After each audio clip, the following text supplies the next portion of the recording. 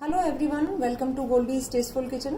आज मैं जो लड्डू आपको बता रही हूँ वो बहुत इजी हैं और जब भी आप बनाकर किसी को खिलाएंगे तो वो ज़रूर पूछेंगे ये किस चीज़ के बने हैं। इंग्रेडिएंट्स देखकर आप भी हैरान होंगे कि ये लड्डू इन चीज़ों से भी बन सकते हैं। तो आइए मैं आपको बताती हूँ।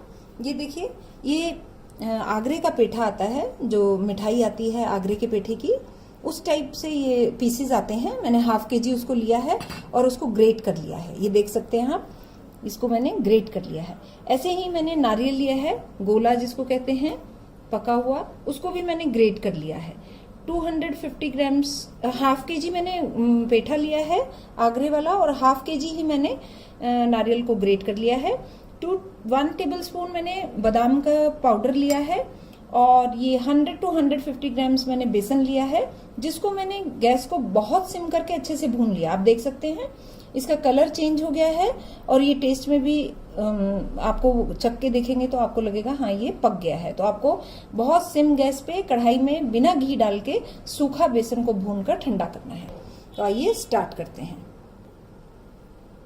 तो सबसे पहले हम ये जो ग्रेटेड हमारा पेठे, कद्दूकस का पेठा है, कद्दूकस किया हुआ पेठा है, आप देख सकते हैं, मैं आपको हाथ से दिखाना चाहूंगी।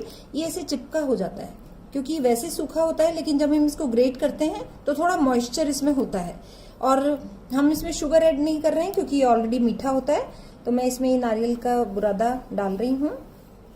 हालांकि कुछ भी ऐसा बहुत मेजरमेंट वाली चीज नहीं है, बट फिर भी जो मैं आपको बता रही हूँ आप उस तरह से यूज कर सकते हैं। ये बेसन भी मैं इसमें डाल रही हूँ जो मैंने अच्छे से भून लिया है, और बादाम का पाउडर मैं इसमें डाल रही हूँ। आप कोई भी ड्राई फ्रूट्स का पाउडर ऐसे यूज कर सकते हैं इसमें, या थोड़ा सा बारीक कटा हुआ यूज कर सकते हैं। और इसको मैं अच्छे से मिक्स करूंगी। ये देखिए, हमें इसे हाथ से बहुत अच्छे से मसलना है। ये आप ऐसे करके भी इसको हाथ से अच्छे से मसल सकते हैं ताकि वो अच्छे से मिक्स हो जाए। ऐसे करके बहुत अच्छे से मिक्स होगा। अब आप देख सकते हैं ये अच्छी बाइंडिंग इसकी हो गई है। ये देखिए, ऐसे मिक्स हो जाना चाहिए क्योंकि बेसन भी हमने भून लिया है, वो बहुत अच्छे से मिक्स हो जाए। और ऐसे करके हम इसके छोटे छोटे लड्डू, जो भी साइज आपको पसंद है वो साइज के लड्डू बना सकते हैं। ऐसे ही हम 1-1, 2-2 करके लड्डू बनाएंगे। खास ध्यान आपको बेसन भूनने का रखना है कि बेसन कच्चा रह जाएगा तो उसमें कच्चेपन का टेस्ट आएगा। ये देखिए, तो ऐसे ही मैं आपको और दूसरे लड्डू भी बनाकर दिखाती हूँ। देखिए फ्रेंड्स, हमने ये लड्डू बनाकर तैयार कर लिए हैं। आप देख सकते हैं ऐसा लग रहा है जैसे ये आटे के लड्डू हैं या बेसन के लड्डू हैं, बहुत मेहनत के बाद बनाए गए हैं, बट नहीं, ये इंस्टेंट पेठे की मिठाई के लड्डू हैं। और आप इसको जरूर ट्राई कीजिएगा। अगर आपको आपकी रेसिपी बहुत अच्छी बनती है तो आप कमेंट बॉक्स में मुझसे शेयर जरूर कीजिएगा। I will be happy.